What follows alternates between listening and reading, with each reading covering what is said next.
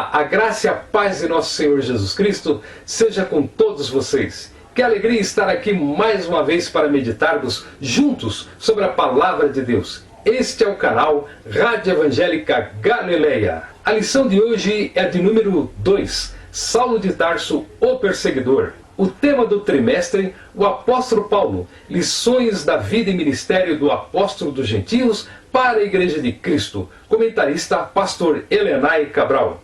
Eu sou o pastor Osmar Prates da Assembleia de Deus do Belém, aqui em São Paulo. Meus pastores são o pastor José Wellington Bezerra da Costa e também o pastor José Wellington Júnior e também o pastor na igreja em que congrego, a maravilhosa igreja Assembleia de Deus de Vila Fátima, o pastor Leslie Marinhos. Sou professor da Escola Bíblica Dominical e professor de Teologia voluntário do Núcleo de Teologia da FAESP, Faculdade Evangélica de São Paulo. Falaremos a respeito do problema da perseguição aos cristãos no mundo e também sobre as características das perseguições de Saulo.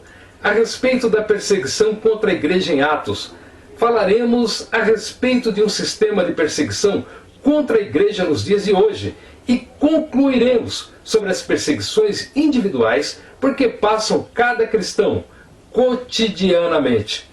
Uma palavra de ânimo e de fortalecimento para você. Fica até o final porque tem muito conteúdo para você. Procure assistir 2 ou 3 vezes ou quantas vezes necessitar para absorver bem o conteúdo da lição. Te convido a se inscrever no canal, a deixar o seu clique no gostei, comentar algo na descrição do vídeo e compartilhar com a sua igreja. Estas ações ajudam o crescimento do canal e você estará ajudando outras pessoas que precisam desse mesmo conteúdo. Portanto, lance o teu pão sobre as águas. Deus te abençoe e uma ótima aula para você.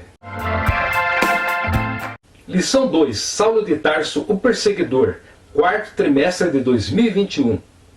Texto áureo. E Saulo, respirando ainda ameaça e mortes contra os discípulos do Senhor, dirigiu-se ao sumo sacerdote. Atos capítulo 9, versículo 1. A nossa verdade prática. A igreja é uma instituição divina que perdurará na terra até o arrebatamento, pois do contrário já teria acabado ao longo da história. Leitura bíblica em classe.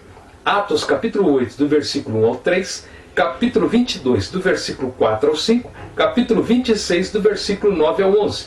Atos 8. E também Saulo consentiu na morte dele, Estevão, e fez-se naquele dia uma grande perseguição contra a igreja que estava em Jerusalém. E todos foram dispersos pelas terras da Judéia e de Samaria, exceto os apóstolos. E uns varões piedosos foram enterrar Estevão e fizeram sobre ele grande pranto. E Saulo assolava a igreja entrando pelas casas e arrastando homens e mulheres, os encerrava na prisão. Atos 22. Perseguiu este caminho até a morte, prendendo e metendo em prisões tanto homens como mulheres, como também o sumo sacerdote é testemunha, e todo o conselho dos anciãos. E recebendo destes cartas para os irmãos, fui a Damasco para trazer manietados para Jerusalém aqueles que ali estivessem, a fim de que fossem castigados. Atos 26. Bem tinha eu imaginado que contra o nome de Jesus, o Nazareno, devia eu praticar muitos atos, o que também fiz em Jerusalém, e havendo recebido o poder dos principais dos sacerdotes, encerrei muitos dos santos nas prisões, e quando os matavam, eu dava o meu voto contra eles, e castigando-os muitas vezes por todas as sinagogas, os obriguei a blasfemar, e enfurecido demasiadamente e contra eles, até nas cidades estranhas os persegui. A introdução da nossa lição nos diz o seguinte: a história da expansão da igreja no livro de Atos mostra um fariseu zeloso. Saulo de Tarso, esse tinha prestígio religioso e cultural entre os judeus. Por isso ele ganhou carta branca das autoridades religiosas para perseguir os seguidores de Jesus e assim tornar-se um implacável perseguidor da igreja de Cristo do primeiro século. É o que estudaremos nesta lição. Saulo de Tarso, o perseguidor implacável, de acordo com o comentário do pastor Elenay Cabral. Saulo se descreve como blasfemo, perseguidor e opressor, em 1 Timóteo capítulo 1, versículo 13. Como um fariseu fanático, Saulo tinha a convicção de que seu papel era destruir a fé cristã, matando e prendendo os seguidores de Jesus. Sua postura arrogante o fazia ser truculento, usando grande violência contra pessoas simples, homens e mulheres, sem qualquer compaixão. Ele acreditava piamente que com esse comportamento estava agradando a Deus. Apoiado pela casta sacerdotal, que odiava o nome de Jesus, Saulo usava dos meios legais para atacar os cristãos. Por causa da sua truculência, os seguidores de Jesus tiveram que fugir para outras cidades. O perseguidor respirava ameaças e morte contra os discípulos de Jesus, de acordo com Atos 9:1, e por isso não via problemas em prender e arrastar presos para Jerusalém que professavam o nome de Jesus Cristo Nazareno, de acordo com Atos 9:2. Hoje não é diferente. As perseguições podem não ser brutais como sofrem nossos irmãos nos países fechados ao cristianismo, mas é imoral, psicológica, por parte daqueles que utilizam até leis para calar os cristãos. As ameaças de Saulo de Tarso. A expressão respirando ameaças e morte, de acordo com Atos 9:1, descreve Saulo, de maneira figurada, como uma fera selvagem que ameaça a sua presa. No texto de Atos 9:21, o perseguidor era visto como um exterminador, pois conduzia os cristãos às prisões, além de permitir que fossem açoitados. Ele não poupava ninguém que seguisse a doutrina de Jesus Cristo. Ainda hoje, aqueles que não comungam da mesma fé procuram impedir a pregação do Evangelho. Mas não é só isso. Agora temos perseguidores que se dizem cristãos e estão amuados no seio cristão, mas são venenosos como serpentes e escorpiões e são perseguidores. Por que Saulo perseguia os cristãos? Os motivos que levaram Paulo a se tornar um perseguidor inclemente contra os seguidores de Cristo era o zelo destrutivo pela Torá e o suposto fato religioso de que Jesus talvez fosse um blasfemo. Para Saulo, o anúncio de que um crucificado pudesse ser o Messias prometido pelos profetas do Antigo Testamento era um escândalo. Ora, quem fosse suspenso no madeiro ou na cruz, de acordo com a lei, estava sob a maldição divina. Deuteronômio 21 e 23. Por isso nosso Senhor não passava de um blasfemo para Saulo. Mais tarde, por ocasião da sua conversão, ele descobre que Cristo assumiu a maldição da lei e por isso nos livrou dessa mesma maldição, de acordo com Gálatas 3:13. Diante daqueles que não compreendem a doutrina cristã, não podemos nos calar e não devemos nos acovardar perante aqueles que odeiam a igreja e o evangelho de Jesus Cristo. A perseguição contra a igreja de Cristo. De acordo com o comentário do pastor Elianai Cabral, contra os seguidores de Jesus. A perseguição de Saulo contra Jesus era uma perseguição contra a igreja, o corpo de Cristo, uma instituição divina, ao passo que ele respirava ameaças e morte, de acordo com Atos 9:1. Contra os seguidores de Cristo, sua intenção era acabar de vez com a igreja. Ao atacá-la, atingiu as pessoas que representavam Cristo, dentre as quais havia um homem arguto, defensor do nome de Jesus Cristo e cheio do Espírito Santo, cujo nome era Estevão. Muitos se aproveitam da simplicidade dos cristãos pobres, humildes, que não tiveram oportunidade de estudar e ter uma ótima profissão para pisar, escarnecer e tirar a paz.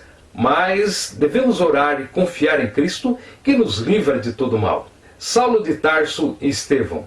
Se por um lado Saulo era um erudito que chamava atenção devido à sua cultura judaica greco-romana e autoridade na Torá, Estevão era um erudito do judaísmo com uma grande capacidade do espírito para confrontar ideias contrárias aos ensinos de Jesus. O primeiro mártir da igreja era um homem cheio do Espírito Santo, conhecedor profundo da história do seu povo e da teologia judaica. Por isso, quando apontava para Jesus Cristo como clímax da revelação redentora para o mundo, o fazia com autoridade. O discurso inflamado de Saulo e respaldado pelos oponentes dos seguidores de Jesus deparou-se com outro discurso, mas este proveniente da sabedoria do Espírito Santo. Atos 6:10. Essa autoridade espiritual de Estevão atraiu a ira dos inimigos de Cristo. Por isso, com o pleno consentimento de Saulo, eles o apedrejaram até a morte. Mas se por um lado eles mataram Estevão, por outro, potencializaram a mensagem do primeiro mártir da igreja. Apesar das lutas e provas, o Senhor Jesus estará conosco em todo o tempo. Um dia você olhará e o perseguidor não estará mais diante de ti. Uma intolerância religiosa e política contra a igreja atual. A igreja atual continua a despertar fúrias de certas autoridades políticas e religiosas que não aceitam a mensagem de liberdade e vida que o Evangelho proporciona. Nossos irmãos que servem a Deus em países políticos e religiosamente fechados para o Evangelho continuam a pagar com a própria vida a fidelidade à mensagem de Cristo. Oremos pela igreja perseguida. Não devemos nos lembrar de missões transculturais e nacionais só nos cultos de missões, mas em todos os momentos de oração devemos clamar pela igreja perseguida em toda parte do mundo. No nosso subsídio apologético encontramos o seguinte: além da perseguição tradicional aos cristãos, há a perseguição mais sofisticada, que se dá no campo cultural, por exemplo, quando tentam reduzir a vivência da fé à vida privada de cristãos. Trata-se de uma perseguição cultural e ideológica. Ora, do ponto de vista filosófico, o ser humano é um ser religioso. Do ponto de vista antropológico, teológico, o ser humano é imagem de Deus e por isso tem uma centelha divina dentro dele que o impulsiona à busca por Deus. Embora, como afirma a nossa declaração de fé, essa imagem divina esteja distorcida e corrompida, a necessidade de buscar a Deus é própria do ser humano. Impedir essa iniciativa livre e pública é impedir a livre manifestação da condição de ser humano. Por isso que ao longo da história a perseguição aos cristãos viola os direitos humanos. Ou seja, a partir do momento que autoridades intelectuais, jornalistas, artistas exigem que os cristãos não tenham o direito de expressar os seus valores, princípios e doutrinas que perspassam a dinâmica da vida e fazê-lo em qualquer espaço da sociedade, assim, uma violação dos direitos mais nobres do ser humano. Não é possível exigir dos cristãos que escondam a sua fé, isto é, que deixem de falar o que eles têm visto e ouvido. Tentaram fazer isso com os apóstolos Pedro e João, e chamando-os, disseram-lhes que absolutamente não falassem nem ensinassem no nome de Jesus. Atos 4:18. Mas as suas respostas foram taxativas. Respondendo, porém, Pedro e João lhes disseram: julgai vós se é justo diante de Deus ouvir-vos antes a vós do que a Deus, porque não podemos deixar de falar do que temos visto e ouvido. Atos 4:19 e 20. Quando um sistema se volta contra a igreja, como era a perseguição contra os primeiros discípulos? Saulo de Tarso liderou uma perseguição contínua e violenta. Ele prendia os primeiros cristãos, mandava açoitá-los e não havia escrúpulos, mesmo com mulheres e crianças. Sobremaneira, perseguia a igreja de Deus e a devastava. Está em Gálatas 1:13. Saulo entendia que praticar essas barbárias era defender a fé judaica, livrando os judeus dos hereges, exatamente nos moldes de que Jesus havia alertado os discípulos. Expulsar-vos-ão das sinagogas, vem mesmo a hora em que qualquer que vos matar cuidará fazer um serviço a Deus. João 16:2. Hoje é bom lembrar que aqui no Brasil, sistemas políticos e ideológicos a todo instante são usados por inimigos do Evangelho para barrar a obra de Cristo, que é realizada pelas igrejas. Portanto, os cristãos devem tomar cuidado com seu voto. Não dê seu voto àqueles que procuram o mal da igreja de Cristo, ou você estará contribuindo com os perseguidores da igreja no Brasil. Perseguição, tortura e método.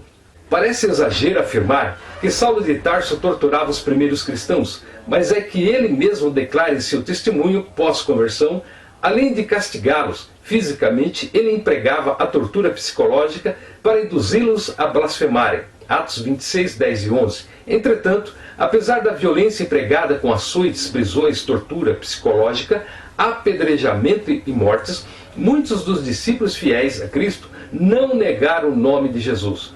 Hoje se nega o nome de Jesus Cristo por tudo, inclusive pelos críticos que atacam as igrejas na internet dia e noite. Alguns crentes acreditam, não conhecem a Bíblia e abandonam a fé por causa do joio semeado nas redes sociais. Perseguição aos pentecostais. No início do movimento pentecostal no Brasil, nossos pioneiros sofreram toda sorte de perseguição e violência. Muitos deles sofreram agressões físicas e psicológicas. Tudo isso porque pregava uma doutrina que a religião oficial não aceitava. O que dizer de Daniel Berg e Gunnar Wingren, os primeiros pastores dos primórdios das Assembleias de Deus no Brasil, e tantos outros irmãos perseguidos nesses rincões brasileiros? Ao olhar para o passado, devemos enxergar o presente e conscientizar-se de que a obra pentecostal custou alto preço. Ainda hoje, os pentecostais são perseguidos por crerem nos dons espirituais e pelos seus hábitos, costumes de vida serem diferentes daqueles que são aceitos pelos que não professam a mesma fé. No nosso subsídio missiológico, nós vamos encontrar o seguinte: há obras e sites especializados que se dedicam a retratar o fenômeno contemporâneo da perseguição aos cristãos. Muitos são os relatos das grandes dificuldades que nossos irmãos passam em países por causa da sua fé. Além do tema da perseguição aos cristãos nos países muçulmanos, há análises abundantes a respeito da igreja nos países sob os poderes comunistas remanescentes. Esses países são a China, Vietnã, Laos, Cuba e Coreia do Norte. Em épocas passadas, esses países cometeram crimes bárbaros contra todas as religiões, incluindo os cristãos. Isso se dava porque esses regimes, sob óculos ideológicos, viam nas religiões, como o cristianismo, por exemplo, um obstáculo para o progresso do regime e do poder.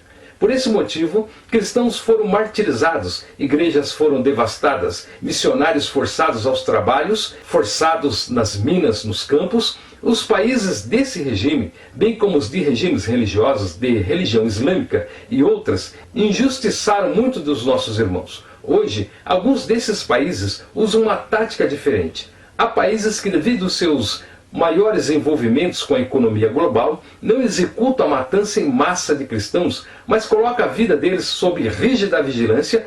Entretanto, o que o regime considera ilegal, trata os cristãos supostamente fora da lei, com prisão e brutalidade. Há outros regimes que nem aparência de civilidade há. Por isso, oremos pela igreja perseguida. Se a igreja fosse uma mera organização humana, já teria acabado. Mas é uma instituição divina, edificada pelo próprio Cristo. Por isso, a igreja subsiste ao longo dos séculos e continuará a subsistir até a vinda gloriosa de Jesus Cristo. Como devemos responder à perseguição de cristãos? Passos práticos para fortalecer a igreja. Artigo do pastor Youssef Sadiq. Em muitas partes do mundo, a perseguição de cristãos está a aumentar. Exemplos dessa perseguição hoje em dia incluem ataques suicidas às igrejas do Egito, Nigéria, Iraque e Paquistão, a nova prisão do pastor Youssef Nadarkhani, do Irã, a situação de Asia Bibi, finalmente absolvida de blasfêmia no Paquistão, mas em grave perigo, o rapto de Leah Sharibu pelo Boko Haram na Nigéria, a conversão forçada de cristãos na Índia, cristãos envolvidos para campos de concentração na Coreia do Norte. Uma vez que cristãos por todo o mundo estão a ser vítima deste tratamento brutal, é importante e oportuno perguntarmos-nos como, na qualidade de evangélicos, devemos responder para que possamos ajudar a fortalecer a igreja global no seu trabalho de missão global. Charles Spurgeon disse que todas as perseguições de cada membro devem ser levadas a Deus em oração. Oração.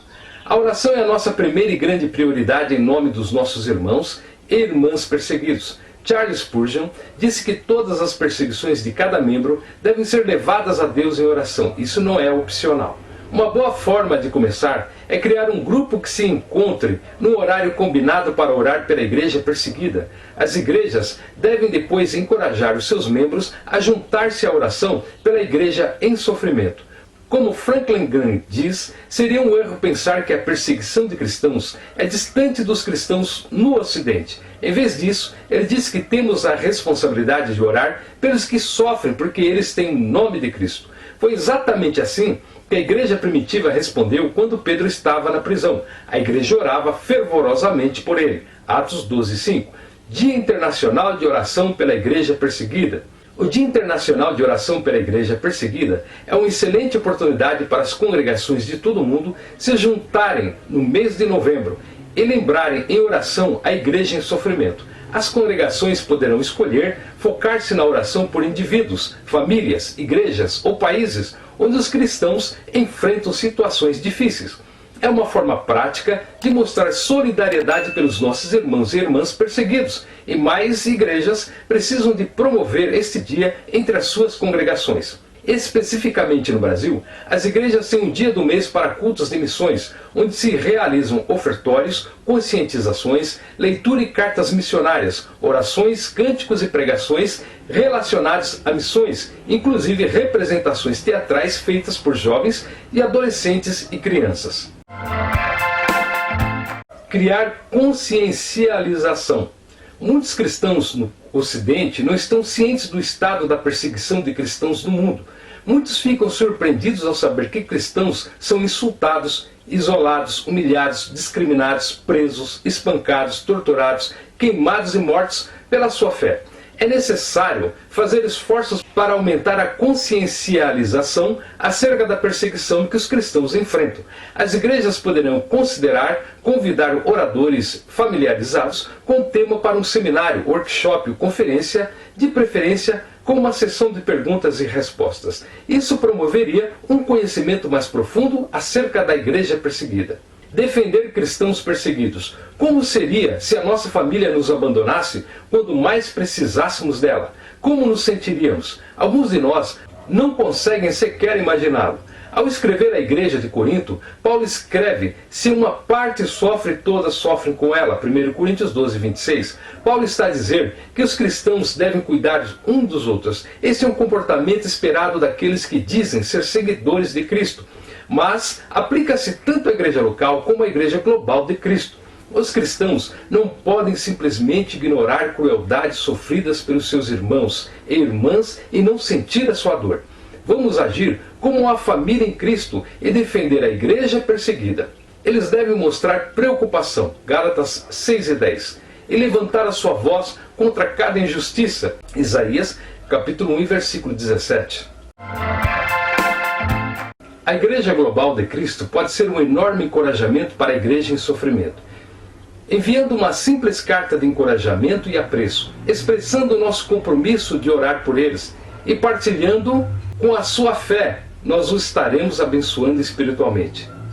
Lembrando que em caso de perseguições, os regimes ditatoriais violam as correspondências e dessa forma os destinatários correm risco de morrer ou serem presos. Portanto, é bom consultar uma agência de missões, como por exemplo, Portas Abertas, antes de enviar uma carta. Da mesma forma, pode ser útil escrever a embaixadas para inquirir acerca do mau estado dos direitos humanos dos seus países e pedir a representantes eleitos que corrijam as condições de tratamento desumano de cristãos nesses locais.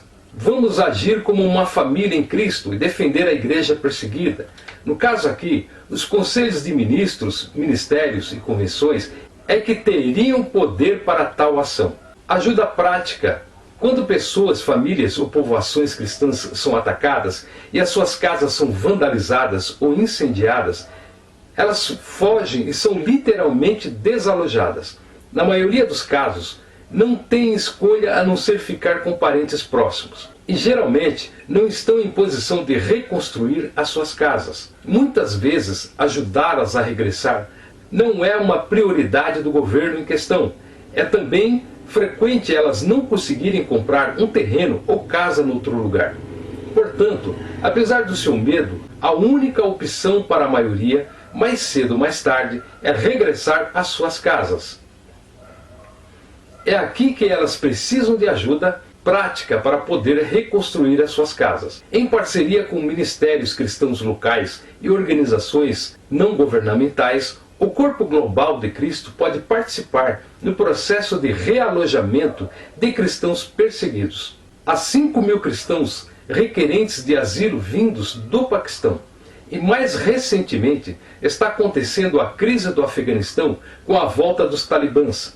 Seus filhos não têm acesso à educação. Muitos são forçados a viver em centro de detenção. Aqueles que conseguem deixar as suas casas e encontrar refúgio noutro lugar ou noutro país, encontram-se muitas vezes numa situação desafiante. Estes desafios incluem não ter um lugar permanente onde viver, um futuro incerto, uma cultura e forma de vida desconhecidas, uma língua estrangeira e anos à espera da burocracia para se instalarem no país. É aqui que os cristãos precisam se aproximar em amor e ajudar os cristãos perseguidos de todas as formas possíveis. Muitas igrejas ocidentais estão envolvidas em ministérios para refugiados e imigrantes. Seria útil se essas igrejas considerassem criar instalações para receber especialmente aqueles que, por causa da sua fé cristã, tiveram de fugir, não têm onde viver, estão presos no sistema jurídico. O corpo global de Cristo pode ser um instrumento de bênção para muitos dos que vivem em circunstâncias igualmente duras. Vale a pena considerar uma viagem missionária de curto prazo em que os cristãos sejam confrontados com perseguição extrema. Orar com eles, encorajá-los, ouvir as suas histórias pode ser significativo tanto para eles como para os membros da equipe de missão de curto prazo. Enfrentando as perseguições. De acordo com o pastor Marcelo Aguiar, você vai receber uma palavra de encorajamento para a sua vida. Atos 8, de 1 a 8.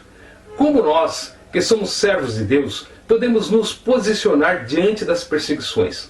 A Bíblia diz que os que esperam no Senhor renovarão as suas forças, subirão com asas como águias, correrão e não se cansarão, andarão e não se fatigarão. Está em Isaías 40 e 31. As águias se colocam acima dos ventos e das tempestades com o auxílio de suas fortes asas.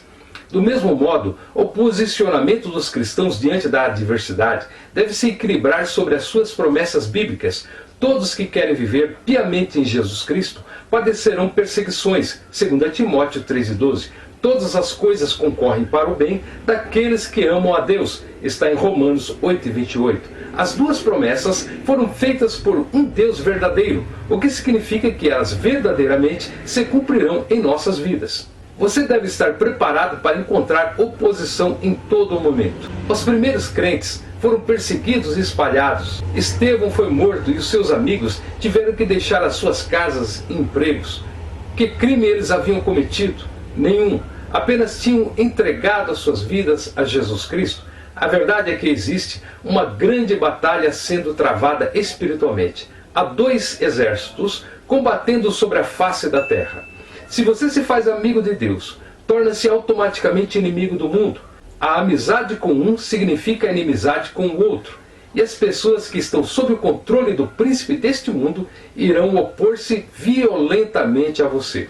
Isso é tão certo como o nascer do sol todas as manhãs. Há uma fábula sobre uma cobra que estava perseguindo um vagalume depois de tentar escapar de todas as formas. E tendo chegado ao limite das suas forças, o inseto pediu uma trégua ao réptil e perguntou: "Eu lhe fiz algum mal?" "Não", respondeu a serpente. "Eu faço parte da sua cadeia alimentar?" "Não", foi novamente a resposta da serpente. "Então por que você está tentando me matar?" perguntou o vagalume afinal. "Porque eu não suporto ver a sua luz brilhar", respondeu a serpente.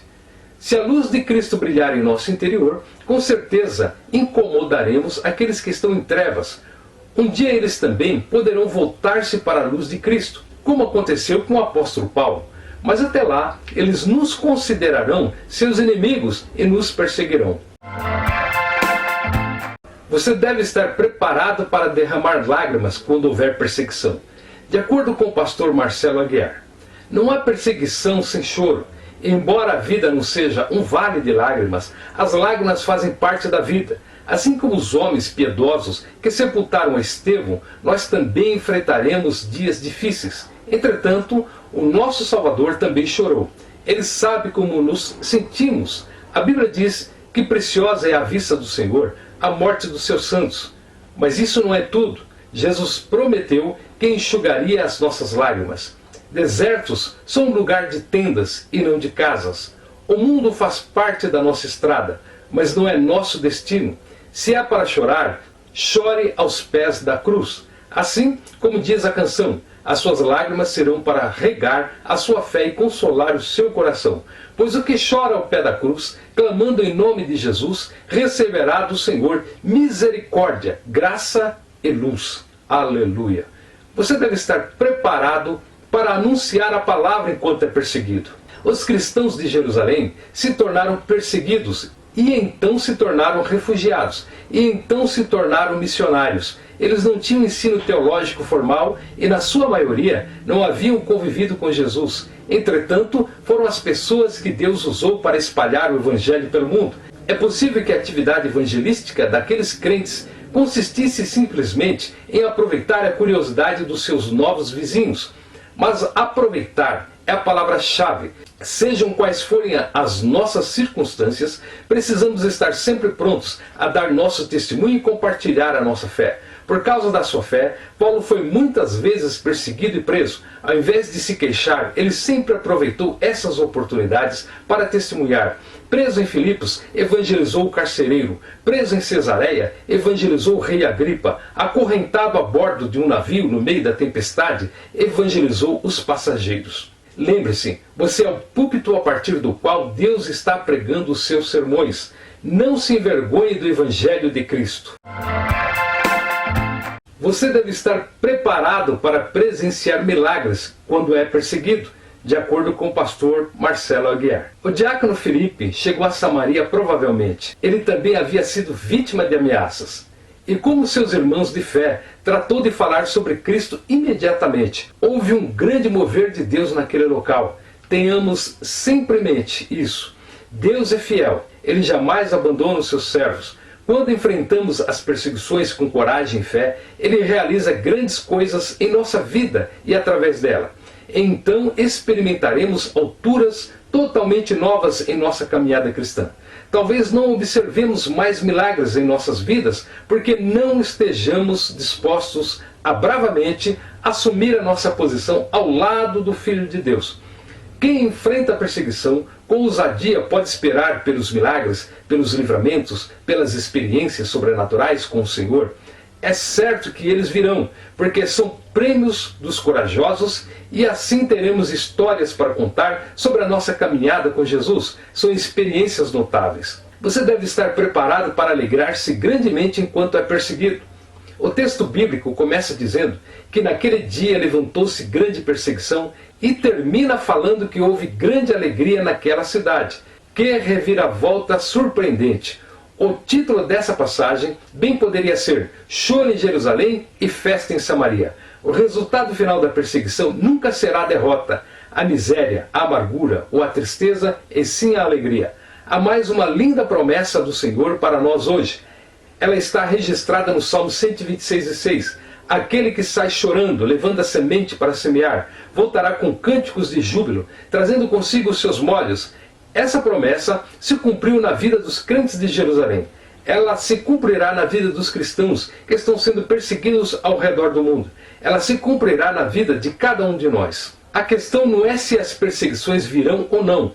Elas sempre farão parte da vida daqueles que desejarem viver como cristãos consagrados. A questão é como nós a enfrentaremos, porque a Bíblia diz que todas as coisas concorrem para o bem daqueles que amam a Deus. Talvez você esteja se deparando neste exato momento com alguma perseguição, ameaça, calúnia ou injustiça. Deus está lhe dando o privilégio de unir-se aos mártires e aos refugiados. Interceda por eles e procure imitar a sua disposição e fé. Se as tribulações se constituem em provas na nossa jornada espiritual, desejemos ardentemente ser provados que as montanhas, vales, desertos e mares de adversidade nada mais consigam do que se transformar em caminhos que nos levam para mais perto do nosso bendito Salvador, Jesus Cristo. A próxima lição é a número 3, a conversão de Saulo de Tarso. Glória a Deus por terminarmos mais uma videoaula em nome de Jesus Cristo. Se você gostou do conteúdo, então nos ajude a crescer este canal. Não se esqueça de se inscrever no canal, a deixar o seu clique no gostei, a comentar algo na descrição do vídeo e compartilhar com a sua igreja. Lance o teu pão sobre as águas e reparte com 1, com 2 e com 3. Estas ações ajudam a crescer o canal e você estará ajudando outras pessoas interessadas neste mesmo conteúdo. Te aguardo aqui na Rádio Evangélica Galileia. Deus abençoe a sua casa, Deus abençoe a sua família, Deus abençoe a sua vida, hoje e sempre. E até lá, se Deus assim permitir.